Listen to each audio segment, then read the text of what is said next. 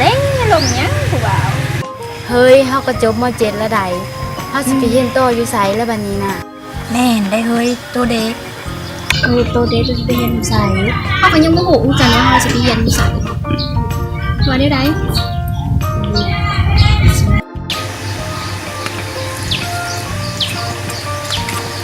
พากันไว้อย่างอยู่เนาะสาวๆพากำลังรวมกันเรื่องการห้ามกันเรียนนี่แหละเฮาก็จบม.7แล้วนะบ่ฮู้ว่าไปเรียนต่ออยู่ไสอ๋อพวกเจ้าบ่ต้องอุกใจว่าเรียนจบม.7แล้วจะไปศึกษาต่ออยู่ไสพอมีโรงเรียนดีๆมาแนะนำเสนอนั่นก็คือมหาวิทยาลัยสวรรณเขตซึ่งมหาวิทยาลัยสวรรณเขตจะประกอบมีหลากหลายสาขาวิชาเรียนให้พวกเจ้าได้เลือกเรียนกันอย่างหลากหลายฉะนั้นเราจะไปรู้จักเกี่ยวกับมหาวิทยาลัยสวรรณเขตพร้อมๆกันเลยมหาวิทยาลัยสวรรณเขตเป็นศูนย์กลางการศึกษาและวัฒนธรรมของเขตภาคกลาง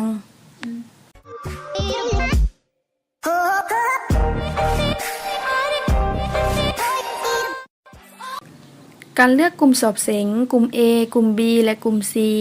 กลุ่มสาขาวิชาเรียนกลุ่ม A กลุ่มวิทยาศาสตร์ธรรมศาสตร์บริหารการค้าบริหารขนส่งบริหารธุรกิจทั่วไปการเงินการธนาคารการบัญชี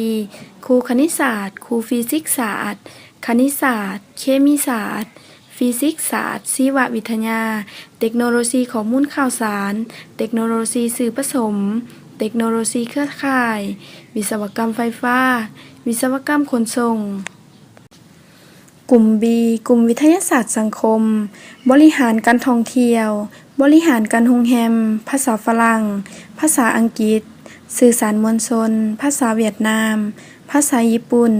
ครูประวัติศาสตร์ครูวิทยาศาสตร์การเมืองครูภูมิศาสตร์กลุ่ม C กลุ่มผสมวิทยาศาสตร์สังคมและวิทยาศาสตร์ธรรมศาสตร์วิทยาศาสตร์พืชวิทยาศาสตร์สัตว์วิทยาศาสตร์สิ่งแวดล้อมการจัดสรรแหล่งน้ำการจัดสรรที่ดินท่องเที่ยวแบบอนุรักษ์ธรรมชาติบริหารธุรกิจเกษตรวิทยาศาสตร์หลังการผลิตอุตสาหกรรมปรุงแต่งเศรษฐกิจเพื่อพัฒนาชนบทเศรษฐกิจเพื่อพัฒนาชนบทหลักสูตรนานาชาติพวกเขาสิรอสายเฮ็ดหยังไปเขาไปสมัครไปวิธีสมัครสอบเสียงเข้ามหาวิทยาลัยสวรรณเขต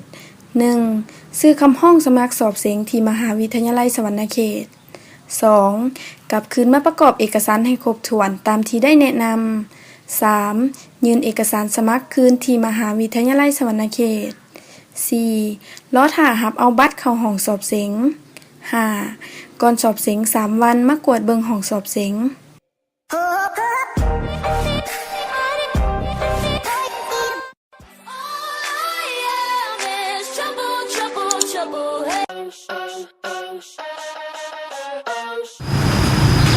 สุดท้ายนี้ก็ขอฝากถึงน้องๆที่เสียงจบม.7แล้วแต่บ่ฮู้ว่าจะไปศึกษาต่ออยู่ไส